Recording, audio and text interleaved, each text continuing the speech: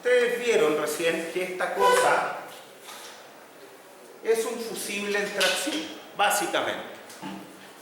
Tiene un problema bien grande. Primero, que los anclajes tienen una dispersión gigante en su diseño y tratamos de resolverlo. Pero tienen un segundo problema que es bien grande, o por lo menos que a mí me parece bien grande, y es que si yo digo que el perno de anclaje es un fusible, a mí me gusta que los fusibles se puedan cambiar. Si no, no me gustan como fusible. A lo mejor yo pido mucho, pero no me gustan. Y los pernos embebidos, como los que acabamos de ver, no se pueden cambiar. El código, ni el chileno, ni el de ninguna parte, exige que los fusibles se puedan cambiar. Cuando nosotros decimos, oye, marco de momento, los extremos de las vigas se tienen que poder cambiar, no, se mueren y hay que hacer un tremendo escándalo para poder cambiar la viga o reparar eso. Diagonales, lo mismo. Me gustan más las diagonales porque uno puede sacarle los pernos, poner otras nuevas y somos todos felices, ¿ya? Pero el código no exige que se puedan cambiar. Ahora, en el caso de los pernos de anclaje, no se pueden cambiar. Pero, si se pudieran cambiar, o si pudiera tomar compresión, a lo mejor podríamos llegar a una disipación de energía mucho, mucho más controlada, ¿ya?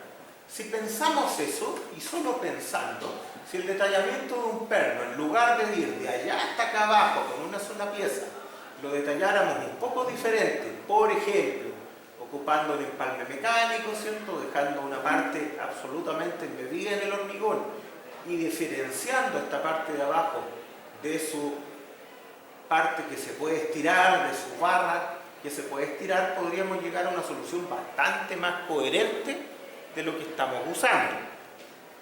Estas soluciones se las muestro porque ya las estoy detallando en algún proyecto. Es algo absolutamente comercial. Cuando uno dice, oye, ¿de dónde saca eso? Bueno, esto es una tuerca de empalme, no tiene ni una gracia ni una ciencia. ¿Qué es lo que hay acá abajo? Se propone que sea una barra de refuerzo nomás, de manera que lo que fluya esté allá arriba, lo que esté empotrado quede ahí y se pierda el resto de la vida. Aquí se puso un terminal comercial, pero esta cuestión puede también ser un doblez de engancho, como ustedes quieran, no es relevante. Lo que es relevante es que el vástago que está acá arriba se puede cambiar después del signo. Y se puede cambiar por el mismo o por otro. Alguien dirá, ¿cómo por otro? Si la cuestión quedó casada, que sí puede ser otro material. No necesita ser el mismo anterior si yo quiero hacer algún recambio. Aquí lo dibujé naranjito porque estaba pensando en cobre cuando vi esta cuestión hace como 10 años. Pero después me di cuenta que se roban los cables del teléfono y el perno de cobre me venía sentido. Así que, no es naranjo, ¿no? ¿Ya? Pero ¿qué voy con esto? El tema de los pernos de anclaje está en desarrollo. Hoy día recién estamos pensando en el recambio de los pernos, en el recambio serio, digamos. Nunca antes lo habíamos pensado mucho. Pero, como elemento disipador de energía, requiere que pueda hacerse un recambio. Si no, no tiene mucho sentido. Si usted no deja un detallamiento que permita un recambio de los pernos, con el sismo esta cosa va a fluir, sí, perfecto. ¿Qué nos permite la práctica tradicional? Reapretar el perno. Perfecto, usted lo reaprieta. ¿Qué pasa con el reapriete? Bueno, el perno perdió ductilidad. Por lo tanto, para el próximo sismo podría portarse bien o no, ¿cierto? ¿Cómo funciona el acero? Pensemos en la curva de Mander más común.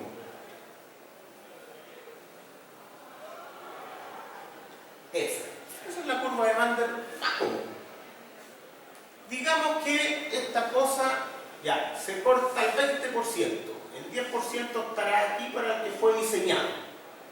Y durante un sismo, supongamos que llega hasta aquí. Se deformó, bueno, si dice el 10, se deformó un 4%. ¿Por qué no? 4%, bien. Entonces después esta cosa se descargó y probablemente llegó al mismo 4% porque esa cuestión elástica no suma ni resta. Ya, entonces quedó con un 4% y yo lo reapreté. Entonces la nueva curva de esta cosa parte de acá. Entonces si se vuelve a deformar en el nuevo sismo un 4%, voy a estar llegando acá. Entonces alguien dirá, ya no es tan malo porque no llega al 10% acumulado. Sí, pero a lo mejor ya se empezó a salir de la meseta, entró en la zona de endurecimiento, tengo problemas con la silla. ¿Se fijan? Depende de cuánto se deformó en el primer sismo, si yo lo puedo apretar o no. ¿Por qué se los comento? Porque esto ha sido un tema de discusión tremendamente largo y tremendamente torpe a mi criterio. La gente piensa que es opinable apretar o no apretar el perno. Y no. Usted ve si el perno, ¿cuál es la deformación que dio? 5 milímetros, ok. ¿En qué lugar está aquí?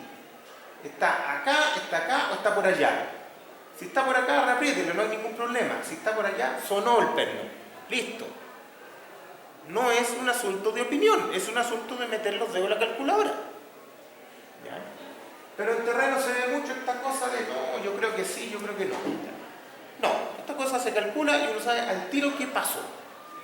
Con eso toma la decisión de reapretar o no. Evidentemente va a llegar un momento en que esta cosa no se puede reapretar más porque ya sacamos mucho jugo y necesita algún recambio. Bueno, ese recambio no se puede hacer. Y si esta cosa se corta y yo lo arreglo como la práctica tradicional lo propone, que es soldando esta cosa, bueno, también va a perder una capacidad de estiramiento importante. ¿Ya? Por lo tanto, ojo con esto. ¿Ya? Y yo con esto no quiero criticar la práctica del perno, aunque sí lo estoy haciendo harto. Pero no es el objetivo. El objetivo es transparentar que no está todo resuelto. Y que estas cosas se pueden hacer, pero se pueden hacer con cuidado. Y no poniéndole todas las fichas al perno. O si le va a poner todas las fichas al perno, por lo menos tenga cuidado al calcularlo. ¿Ya? Entonces, ojo con esas cosas. Ventajas potenciales, ahí están todas las ventajas, después ustedes las leen. Alternativas comerciales, ¿cierto? Y aquí yo vi, revisé por todos lados, encontré casi ni una, pero esta me gustó, ¿cierto? Esto es de los amigos de Hilti. ¿Qué tienen? Tiene una cuestión que es bien interesante, que es esta vaina. Y ellos, esta vaina, ¿cierto? La ponen aquí, la pegan con epoxi, todo aquí con superglue, ¿cierto? La dejan pegada ahí y tiene hilo por dentro. Y eso permite poner pernos, ¿cierto? Que yo puedo enroscar acá, después los puedo sacar, los puedo cambiar. Alguien dirá, ah, pero entonces tenemos listo el problema. No, no lo tenemos listo, porque estos pernos son en principio para aplicaciones de no tanta resistencia. Nadie está pensando en que el perno fluye en tracción aquí. ¿Ya? A pesar de que las barras Hilti, ¿cierto? Estas barras se pueden pedir en las barras HAS, son de, las estándar son de acero dúctil, la 36. Por lo tanto, yo simplemente podría usar una barra estándar Hilti. ¿Cuál es el asunto?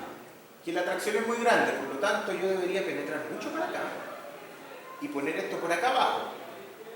Entonces, ahí hay un tema. Y también, esto no viene en todos los tamaños. Esta cosa está limitada a diámetros de hasta 3/4. Alguien dirá, ¿y eso es bueno o es malo? Porque no dice nada. Bueno, veamos la estadística. Así al ojo, probablemente la mitad de los pernos que se ponen en anclaje son de 3/4. Con lo que esta solución empieza a tener sentido. Si es que se mejora, ¿cierto? Y podemos hacer que esta cosa se empotre para capacidad del perno, que no es el objetivo ahora. En general, como la mitad de los pernos son 3/4. Si lo subimos a 1 pulgada, podemos estar llegando como al 80% de los pernos que se ponen. De ahí para arriba 1,5 pulgadas, 1 pulgada 3/4, ya esos son poquitos. No es común. La amplia mayoría son pernos de 3/4 y de 1 pulgada. Por lo tanto, las soluciones que nosotros estamos buscando son bastante fáciles de hacer. Son bastante simples. ¿Ya? Entonces, ojo, comercialmente yo no sé que haya algo mejor que esto. Pero esto ya tiene alguna pinta, algo podremos hacer con esto, ¿cierto? Desde soldarle aquí una barrita para abajo para estarlo más o alguna cosa parecida. Tenemos un año para partir. Bien, ¿qué dice la 2369 del 2023? Y aquí vamos a leer cada uno de estos textos. Dice, los pernos de anclaje dúctiles, porque acepta el uso de pernos no dúctiles. Simplemente que tienen que validarse para cargas amplificadas, no para cargas reducidas.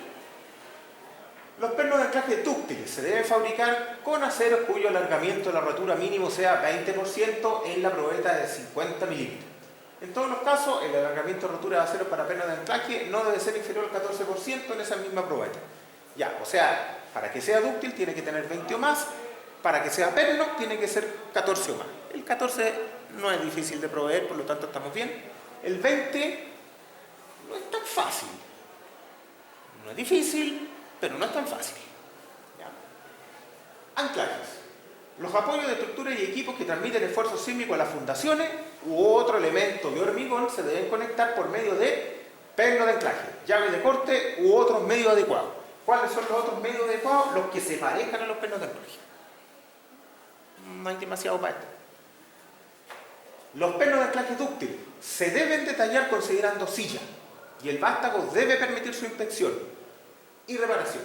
Son aceptables también pernos de anclaje dúctiles aquellos que, sin presentar silla, cuenten con un detallamiento que permita su reemplazo. Aquí se está pensando en los pernos recambiables cabeza de martillo, que son muy jodidos para detallar y para cambiar. Solamente se usan en cosas muy importantes, pero para 3/4 no le van a hacer un detallamiento para que meta un cabeza de martillo. Por lo tanto, tazonado tiene que usar sillas si quiere que sean dúctiles. Aquí hay un problema, y es que lo que está pensando en la norma es que un perno que no tenga longitud expuesta no puede ser dúctil. Y eso es mentira. Y también está pensando que el perno tiene que poder recambiarse. Sí, pero se lo pide al que queda embebido y no se lo pide al que queda arriba. Ustedes me dirán que el detallamiento silla no permite recambio. Entonces aquí es como un poco injusto la cosa. Porque la longitud, ¿cierto? Embebida también le puedo dar longitud de desarrollo, o le puedo dar longitud expuesta o elástico, como quieran llamarlo, usando camisas, usando cualquier otra cosa. ¿Ya? No es tema la longitud elástica del perno, sí el tema del recambio. Ese es un problema y hay que mejorarlo. ¿Ya? Pero aquí tenemos cosas raras.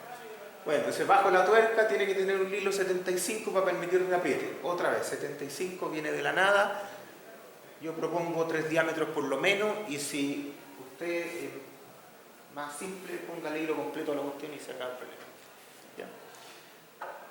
La longitud expuesta de los pernos no debe ser inferior a 2,50 ni 8 veces el diámetro nominal. Dense cuenta que aquí, esto es todo lo que dice, aquí no dice nada de lo que yo les presenté hace un rato como protocolo de diseño más acabado. Por lo tanto, aquí usted va a tener miles de soluciones para el anclaje. Cosa que es rara. Bueno, se pueden exceptuar de esta exigencia de la ductilidad aquellos anclajes diseñados con nuestra acción utilizando las combinaciones de carga amplificada. Listo. En presencia de bases de columna que se consideren como conexiones de momento, el análisis estructural debe incluir la rigidez rotacional secante de la base de la columna. Esa cuestión es súper importante y también complicada. ¿Por qué? Aprovechemos de explicarlo. Cuando uno dice mi base de columna empotrada es dúctil, lo que está diciendo es que no está empotrada. Claro, porque empotramiento significa una muy alta rigidez al giro. Claro, los gringos que anclan la capacidad tienen una alta rigidez para el giro, sin ningún problema. Pero si ustedes comparan el anclaje dúctil chileno, la capacidad de los pernos contra la capacidad de la columna, fácil estamos anclando 10 o 20% de la capacidad flexural de la columna. Con lo que uno dirá, ¿y eso es un empotramiento? No, no lo es. Y como no es un empotramiento, entonces tiene rigidez. Tiene una rigidez elástica, que uno dice, bueno, si diseñé todo por capacidad menos los pernos, la rigidez elástica vendrá de los pernos. Muy fácil, ¿cierto? Digo, esta cosa gira, esto no es el mismo punto que vimos delante para ver el 4%, pero ¿cuánto se tiran los pernos? Y listo, tengo la rigidez elástica. Se acabó el problema. Y la puedo poner en el modelo, pongo un resorte rotacional, un colechancho, ¿cierto? Que sea la rigidez rotacional de mi anclaje, que no es empotramiento. Bueno, esa rigidez rotacional es bastante más baja que la rigidez de empotramiento, porque la rigidez de empotramiento es infinita, así que tiene que ser más baja. ¿Cómo afecta eso en el resultado? Bueno, si yo tengo un anclaje que no es empotramiento, puede empezar a aumentar los drifts entre pisos, sobre todo en el primer piso. y puede generar redistribuciones hacia las superestructuras que yo no vi cuando lo había analizado como base empotrada. Ahora, el problema más grande no es ese, es que lo que a mí me interesa es la rigidez secante, no la rigidez elástica. Bueno, si yo tengo un anclaje, ¿cierto? Un anclaje, volvamos a buscar el anclaje. Tengo un anclaje. ¿Cómo es el anclaje? Placa base. Lo voy a hacer fácil. Gira en torno a ese punto. Aquí está el perno. Y esta cosa lo que quiere es empezar a girar hacia allá, va a empezar a estirar el perno. O sea, básicamente el estiramiento en el perno es lineal en el giro. Está fácil, Pablo. Por lo tanto, si yo grafico giro versus estiramiento del perno, me va a salir la misma curva de Mantel, pero ahora en giro. Sí, porque en la misma curva multiplicamos un N. No. ¿Cuál es la rigidez elástica del anclaje? Fácil, esta. Esa. ¿Y esa es la que tengo que poner? No. No es la que tengo que poner. Tengo que poner la rigidez secante. ¿Cómo calculo la rigidez secante? Porque no lo dice la norma. ¿Cierto? Lo que más se pudo hacer fue poner esto, porque la gente no cachó para qué era. ¿Ya?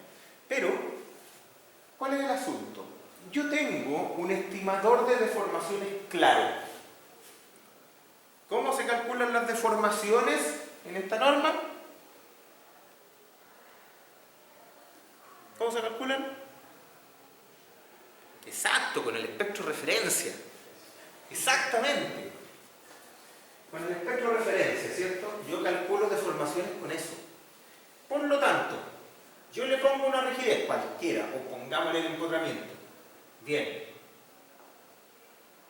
Lo que tengo que yo saber es cuál es el giro que se va a producir ahí. Entonces, voy a necesitar realizar mi proceso iterativo como en cualquier diseño. Voy a tener que poner alguna rigidez inicial. ¿Cuál le vamos a poner? ¿La elástica? No, pues sabemos que no va a funcionar así. Póngale, no sé, un tercio de la elástica si quiere. Bien, con eso, usted va a decir ya, le puse un tercio de la elástica. ¿Cuál es el giro que alcancé? El giro esperado, que viene de hacer su análisis con el espectro de referencia. Le va a salir un giro. Y yo digo acá, ¿cuál es el giro que me salió? Este de acá. Ese es el giro. Ah, entonces la rigidez secante es esa. Pasa al mismo punto. Esa es la rigidez secante. ¿Listo? Entonces esa es la que tenía que tener mi modelo. Bien. La que yo puse, ¿es la que me sale de acá? Probablemente la primera vez, no. Pero usted itera un par de veces y converge. O sea, ahora usted le pone esta rigidez, vuelve a ver y se le va a correr ese punto más acá. Ya, pero ya le quedó cerca, le quedó parecido. ¿Ya? Ese es el asunto. Entonces, esta es la rigidez secante y esa es la que yo tengo que usar. Cuando el modelo converge, que es una o dos veces, tampoco es muy complejo, usted ya va a tener su modelo, entre comillas, correcto. Y con eso ya puede hacer su análisis. ¿Cuál es el problema práctico de esto? Que el anclaje se transforma en un elemento estructural más. Antes que usted tenía que calcular las columnas, las diagonales, todas las cosas, y cada vez que cambia algún elemento, usted tiene que volver a revalidar el resto porque las redistribuciones de carga cambian. Bueno, ahora el anclaje es un elemento más y también va a tener que reevaluarlo en cada ciclo para ver cómo va cambiando. Evidentemente esta cosa con dos o tres variaciones convergen. El punto es que no es a la primera. Y ahí es donde hay que tener el cuidado. Este asunto es re importante. Y es importante sobre todo para nosotros los chilenos. Para los únicos no, porque no son pernocústicos.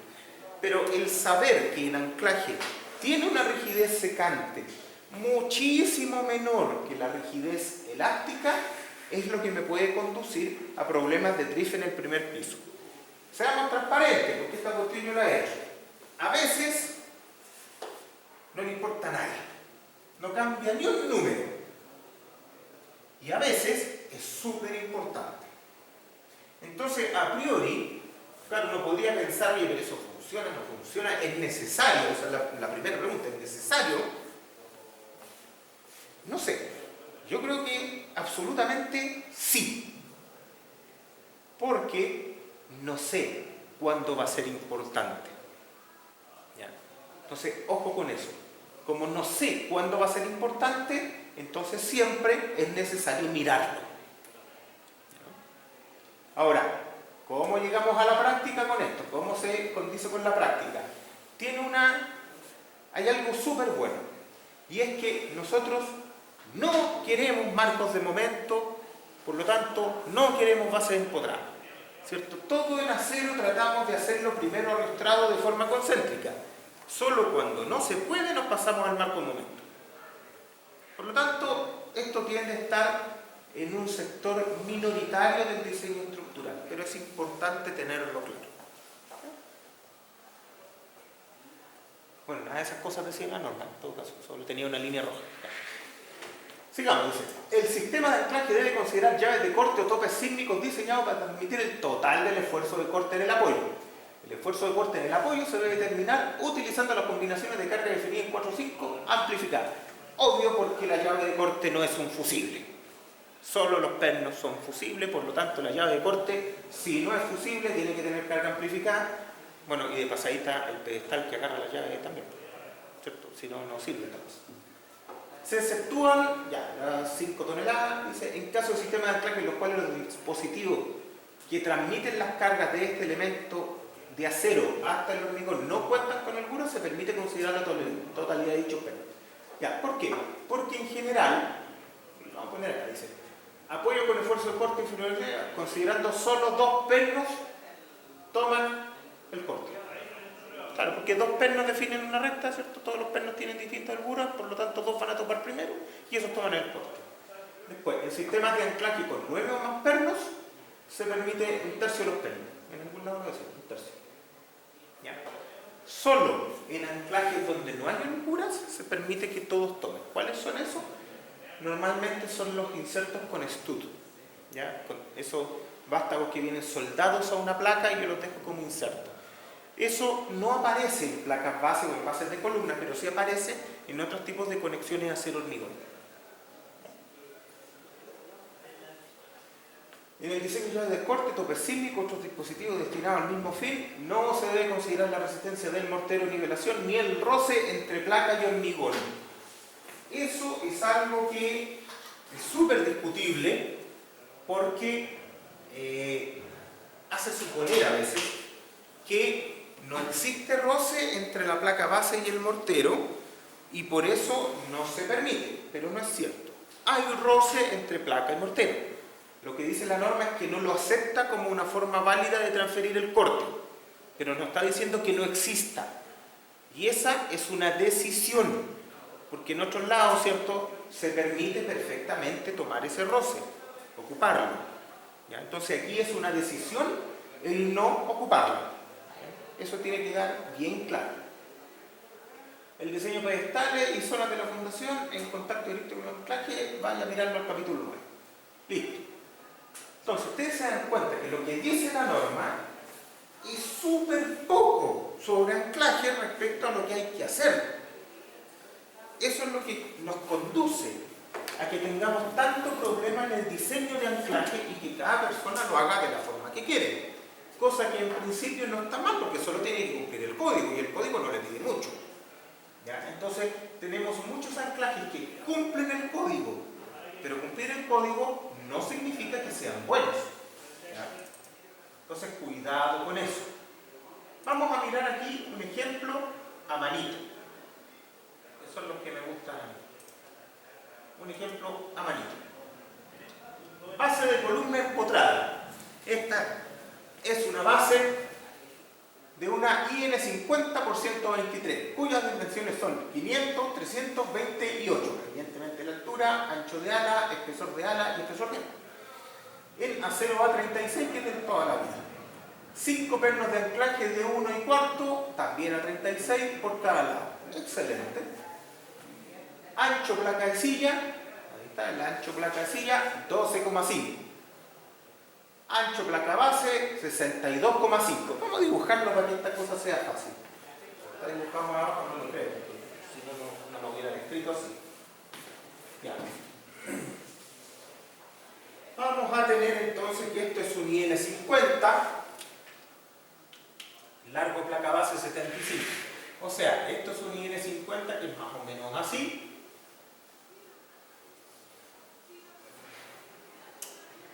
Tiene una placa base de 75, o sea, 25 más que la altura, o sea, tiene 12,5 para allá, 12,5 para acá. Aquí tiene la silla, que también es 12,5. Y aquí tiene la hilera de pernos, que son de 1 a 3/4, no, de 1 1/4, y son 5 pernos. Son, harto perno, ya. Harto perno. Bien, así es más o menos esta cuestión. Ya. Ancho placa base 62,5, eso es la otra dirección, ahí está dibujado el largo. Ya, entonces la placa base es de 62,5 por 75, separación de los atizadores 12,5, entonces esta cosa es todo cuadradito. ¿Cierto? Como les dije que era bueno hacerlo. Altura de atizadores, ¿cierto? Según lo pide la norma 2369, dice que tiene que ser más de 8 diámetros de perno, 2,50, tiene que ser mayor que 2,54. Yo le puse 30. Cumplo sin ningún problema la norma, pero le puse 30 porque quiero cumplir mi criterio y no el de la norma. Ahora, altura de atizador, fíjense que yo lo defino un poco distinto. La norma tiene medio raro aquí como eso. Pero altura de atizador, 30. O sea, desde aquí hasta acá. O sea, por dentro. Es la altura de pandeo del atizador. Bien. Espesor de placa base, 28. Espesor de placa de silla, 28. Para que nadie pregunte. Pero seguro que es la placa de silla la que controlo. Espesor de atizador es 14. ¿Por qué? Porque es la mitad de 28. Fácil esta cosa, ¿no?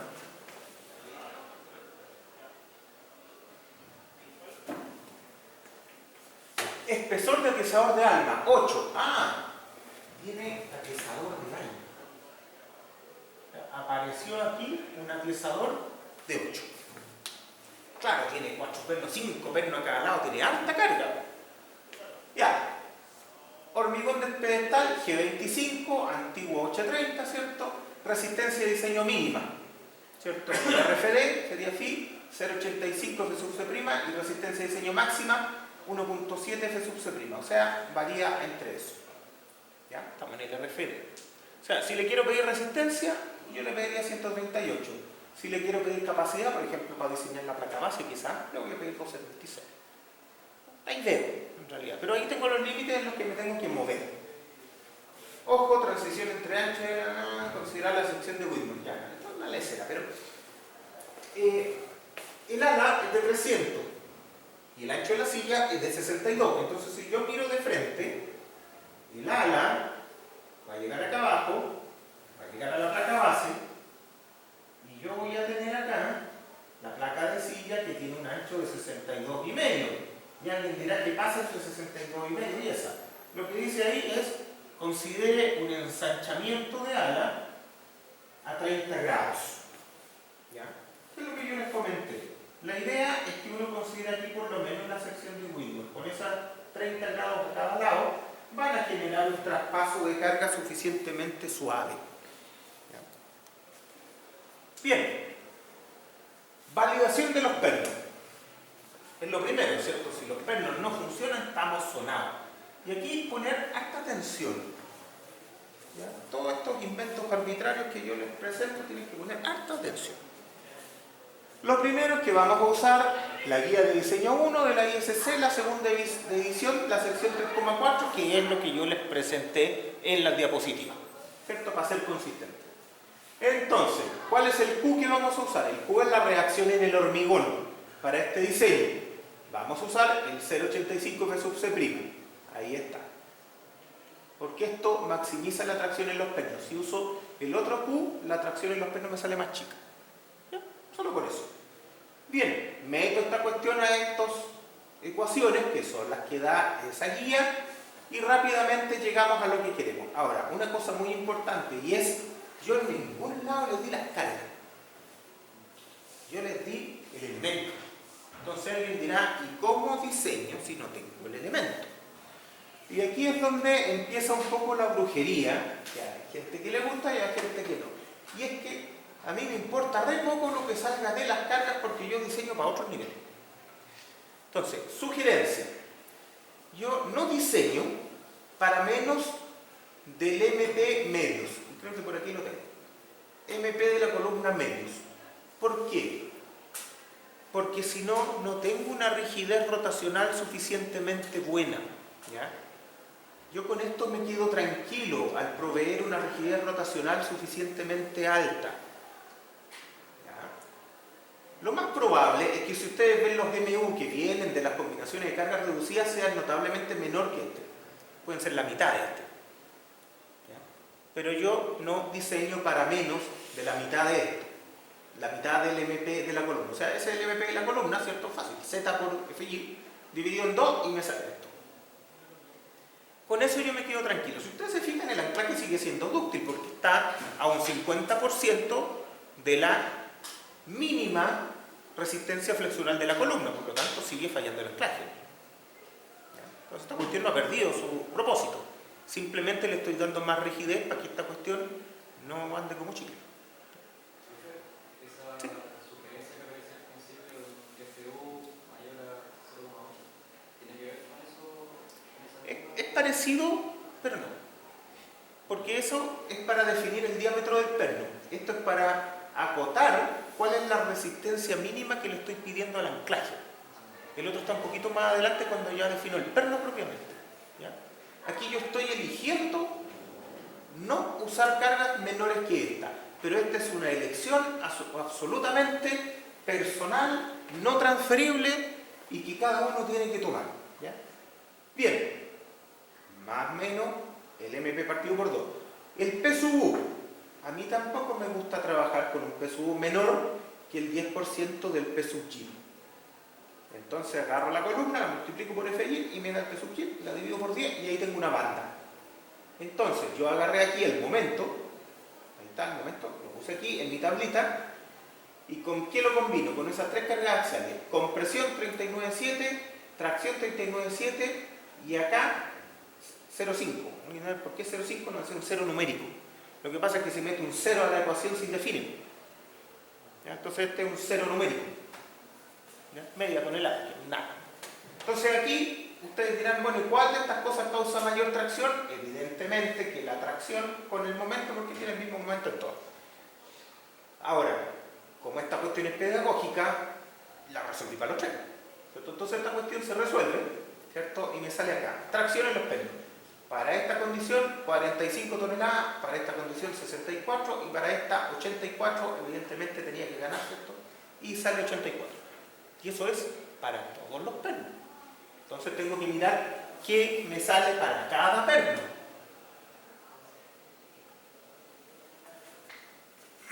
Vamos a ver, tracción máxima en perno, bueno, eso dividido en 5, salió 16,8. Perfecto. Resistencia de diseño en los pernos. Es el 0,75 FU por el área nominal del perno, por un 0,75 que es SFI, y me sale 18,2, los pernos están al 93% y soy feliz. O sea, los pernos están validados, los pernos son esos, y están súper buenos. Excelente. Sigamos.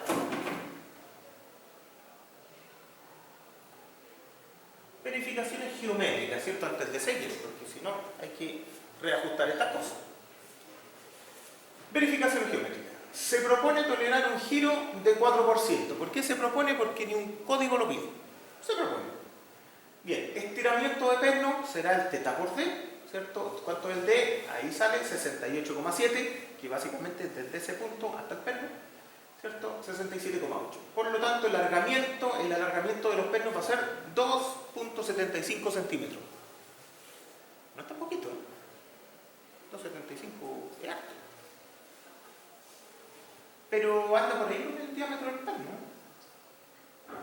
Anda por ahí. ¿Será casualidad?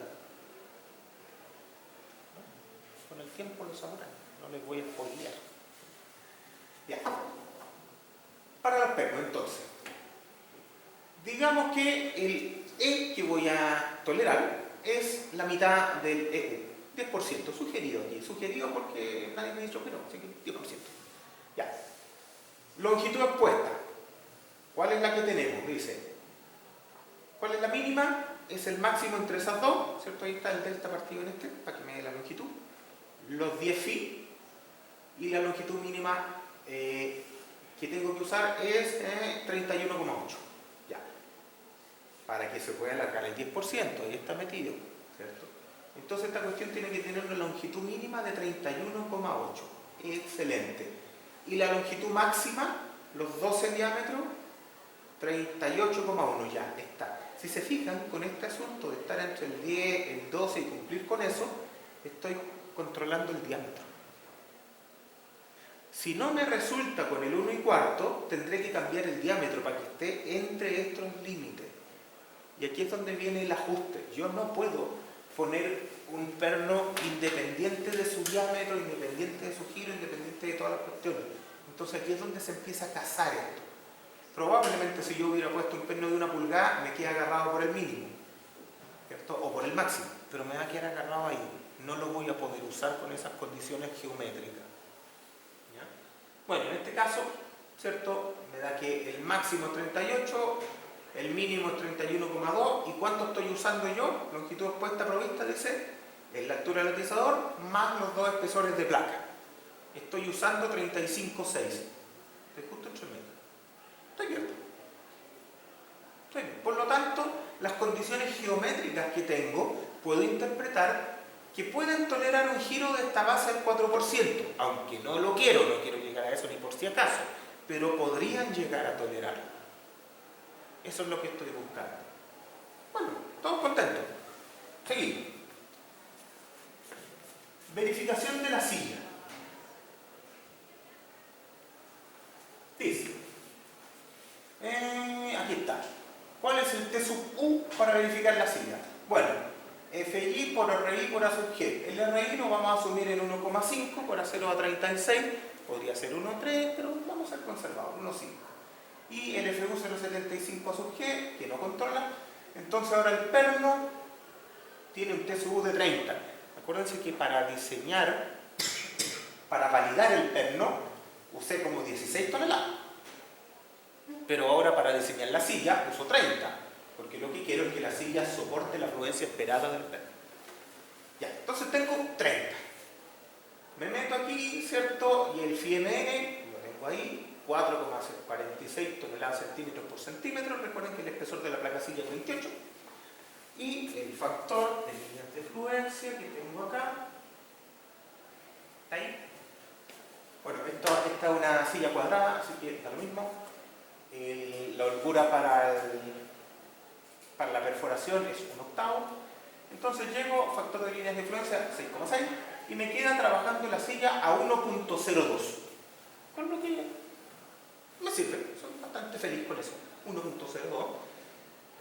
¿Cierto? Aquí alguien podría decir, no, que el estricto rigor no cumplió. Bueno, si no le gusta el 28 no sube. Da lo mismo, no va a hacer que esta cosa se salga de presupuesto. ¿Ya? Bien, tenemos entonces la silla aceptada. Verificación de la placa base. Entonces, ¿qué le vamos a poner al hormigón? Aquí sí le ponemos el 1,7 porque queremos aplastar la placa base. Bien, y me sale el P sub U, ¿cierto? Que es el área, es la separación de atizadores por el ancho de la placa de silla, ¿cierto? Por esa presión me da 43 toneladas, que es harto más grande que las 30 que tenía arriba del tirón de perno. Es más carga, pero la condición de la placa base es notablemente mejor porque es carga distribuida. Entonces meto esta cuestión aquí a las líneas de fluencia y toda la cosa y me sale que la placa base está trabajando al 54%. O sea, podría bajarle el espesor. A pesar de que tengo más carga, la distribución es mejor porque es carga distribuida, no es carga puntual como en la silla, me requiere un espesor menor, pero voy a dejar el mismo espesor de la silla, porque decido hacerlo de esa forma. Podría ponerle menos, pero no lo voy a hacer. Atizador de la silla. El atizador de la silla tiene que soportar una carga en compresión que típicamente es un poco más que la que soporta el atizador. Pero aquí hay una ecuación para eso, ¿cierto? Hay un factor de líneas de fluencia también pero rápidamente llegamos a que es parecido a lo que está soportando la placa base de abajo, ¿cierto? Aquí me salió 35 toneladas, 34 y media. No sería malo que yo hubiera agarrado directamente las 43 de arriba y se las pida al atiezador. Es bastante razonable. Bueno, este atiezador era de 14. El lambda del atiezador, ¿cierto? Que es el KL partido por el radio giro, 55,7. A mí me gustan bastante los atiezadores con un lambda menor que 60, ¿cierto? No es necesario, pero me gustan así. Y en cuanto quedó, F crítico es 1.01. No estaba tan holgado con la mitad del espesor. No era tan poquito. Bueno, quedó ahí. A lo mejor habría que subirlo, sabemos que estos van a sufrir. Pero bueno, quedó ahí. Atiezador del alma. Bueno, calculamos las fuerzas que yo les decía, acá de compresión o tracción en esa zona, ¿cierto? Aquí las calculamos. Esto es precisamente lo que les comenté hace un rato. Se calcula de esta forma. Y llego a que tengo, por el lado de la compresión, por acá, me sale que el atiezador de alma tiene que resistir 45, o mejor dicho, esa zona, porque después resiste con el alma más el atiezador. Y por el lado de la tracción del perno, tiene que resistir 31, por lo tanto gana 45. Entonces tengo 45 toneladas que están pegando ahí, es una fuerza súper grande. Claro, me dirá, no es como las 80 y tantos que tenían los pernos. No, pero sigue siendo grande, súper grande. Y evidentemente el alma no la tolero. Esto pasa comúnmente cuando tengo ensanches muy grandes, ensanches de ala y muchos pernos. ¿Ya? Se hace muy grande eso. Bueno, calculamos aquí el atiezador de alma, aquí está, le ponemos el atiezador más 24 espesores del alma, ¿cierto? Son 12 para arriba, 12 para abajo, que permite el código.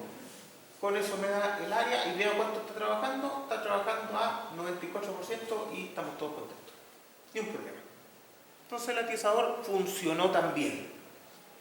Hay gente que dice, mira, sabes que esto es mucho, aquí tengo 50 centímetros, ¿cierto? Con 8 milímetros. Es un esbelté muy grande, dio 150 de esbelté. No me gusta a mí ese esbelté. Yo, si esto fuera un diseño real, yo solo subiría 10, 12 milímetros hasta llegar a un esbelté. Yo me siento cómodo con menos de 60, pero con menos de 80 no trabajo. ¿Ya? Otras veces, lo que dice la gente, bueno, voy a poner una atiezadora que al medio para reducir la longitud de bandeo de eso. También puede ser. ¿Ya? Pero no conviene dejar cosas demasiado esbeltas. No en zonas de unión donde yo quiero alcanzar plastificaciones. ¿Ya? Bien, listo. Tenemos validado los pernos, la placa de silla, la placa base, los atiezadores de silla y el atiezador de alma. Y entonces, ¿qué falta? La llave de corte.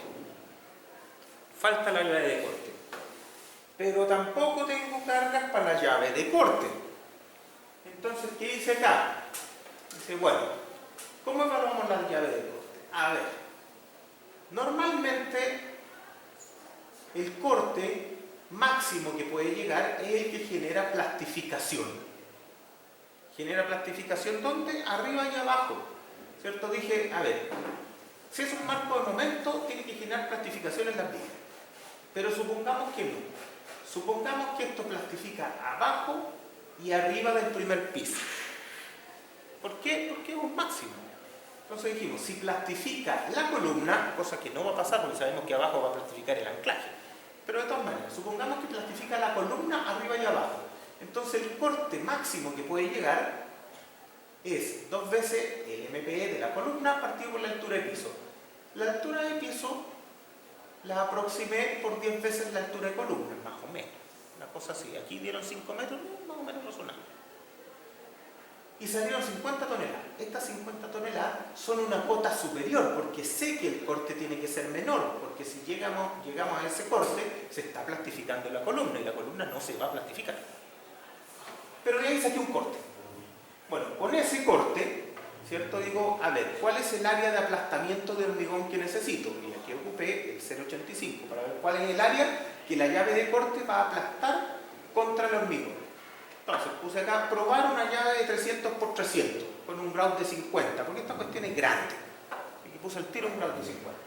Bien, entonces, me da que el aplastamiento es 66,7.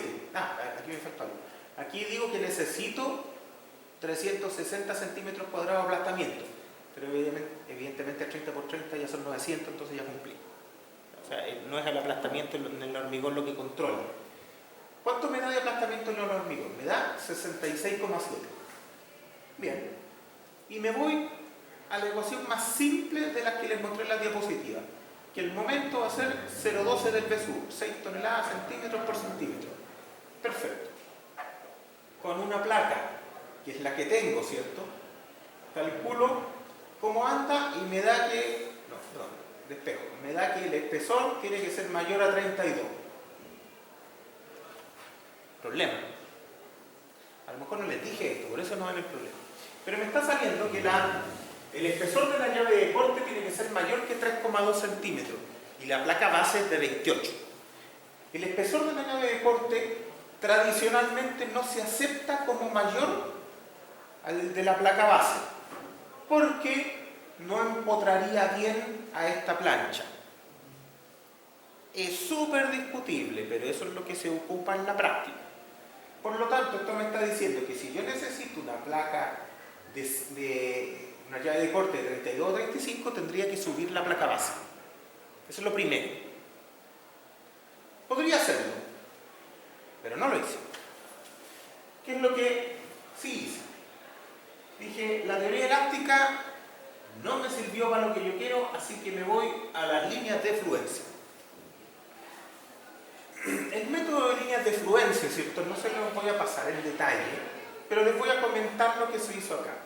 Básicamente se definen patrones de líneas que van a fluir. Aquí, por ejemplo, dibujé dos.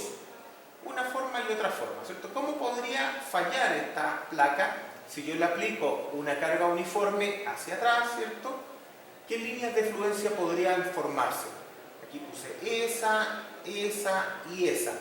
Esta es súper discutible porque a lo mejor esa podría llegar ahí, ¿cierto? Pero tiene que formarse ese patrón de línea para que esto se transforme en un mecanismo plástico. Y aquí al otro lado dibujé un mecanismo parcial que es estático. O sea, es una sola línea la que se forma. Pero bueno, es así, también es válido. En estricto rigor, en este lado estoy haciendo fallar a la mitad de la plancha y no a toda la plancha. Pero si falla la mitad, ya falla. Por lo tanto, aquí uno al ojo ya dice, mira, por energía, este necesita mucho menos energía que eso. Por lo tanto, evaluemos cuál es la resistencia de esta cuestión. ¿Qué dice aquí? Fácil. Largo la diagonal, 33,5. Acuérdense que esto es 300 por 300 cuadrados. 33,5. Bien. ¿Cuál es el momento que resiste esto? Bueno, si le ponemos 28, el momento que resiste es 150 toneladas centímetros. Recuerden que aquí lo estoy multiplicando por toda esa línea. ¿Ya? O sea, toda esa línea resiste un momento de 150 toneladas centímetros. Bien. ¿Y cuál es el momento que se está aplicando? Dije, fácil. Tengo una fuerza de aplastamiento en todo este triángulo. Tengo la tensión. La fuerza será la tensión por toda el área. ¿Ya? Y eso es lo que hay acá. Y después, el momento será, bueno, la distancia entre el centro de gravedad hacia esa línea. El área es fácil, porque por eso dividió en dos. La distancia de ahí para allá, como yo soy flojo, dije, si aquí acá hay 15, entonces esto de acá, yo voy a poner que es eso dividido en 3. Yo sé que es menos, pero igual le puse eso. Y me sale que el momento es 62,5. O sea, con este método de permitir la fluencia en esa línea, la plancha de 28 está trabajando a 42%. Conclusión, si yo acepto que se puedan producir deformaciones suficientemente grandes para movilizar este modo de falla, y las voy a aceptar aquí, yo puedo usar la plancha de 28 sin ningún problema. Ojo, la teoría elástica no es mala, pero cuando estoy haciendo diseño por capacidad, conviene pasarse a otro tipo de metodologías. Para diseño por cargas, yo no usaría líneas de fluencia, nunca. Pero para diseño por capacidad, sí. Bueno, como se me acabó el tiempo, lo voy a dejar hasta aquí. En la próxima clase continuamos con esto. ¿Dudas, comentarios respecto a estas cosas? Todo esto está en el Canvas para que ustedes lo vean con calma. ¿Ya? Ya. Nos vemos.